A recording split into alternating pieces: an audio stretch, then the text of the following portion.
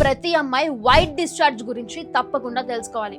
మీ white discharge థిక్గా పెరుగులాగా ఉండి itching, burning లేదా ఇరిటేషన్ గా అనిపిస్తే అది ఫంగల్ ఇన్ఫెక్షన్ అయి ఉండొచ్చు.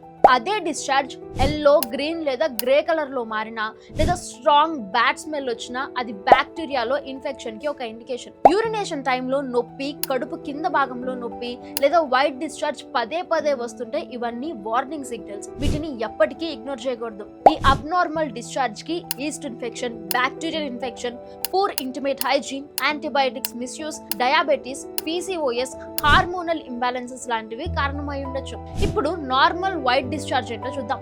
నార్మల్ వైట్ డిశ్చార్జ్ క్లియర్ గా లేదా మిల్కీ వైట్ కలర్ లో ఉంటుంది. వాటరీగా లేదా కొంచెం స్టిక్కీగా ఉంటుంది. దానికి ఎలాంటి స్మెల్ ఉండదు, ఇచ్చింగ్ ఉండదు, నొప్పి ఉండదు. ఓవ్యులేషన్ టైంలో ఈ డిశ్చార్జ్ కొంచెం తీగలాగా స్ట్రెచ్ అయ్యేలా కనిపించినా అది కూడా పూర్తిగా నార్మల్. పీరియడ్స్ ముందు లేదా తర్వాత, ప్రెగ్నెన్సీ టైంలో హార్మోనల్ మార్పుల వల్ల వైట్ డిశ్చార్జ్ క్వాంటిటీ మారడం కూడా సహజమే. అలా కలర్ మారకుండా, స్మెల్ లేకుండా, అసౌకర్యం లేకుండా ఉంటే అది మీ బాడీ హెల్తీగా ఉందని చూపించే సిగ్నల్ మాత్రమే. గుర్తుపెట్టుకోవాల్సిన మరో ముఖ్యమైన విషయం ఏంటంటే వైట్ డిశ్చార్జ్ పెరిగిందని సెల్ఫ్ మెడికేషన్ చేసుకోవద్దు.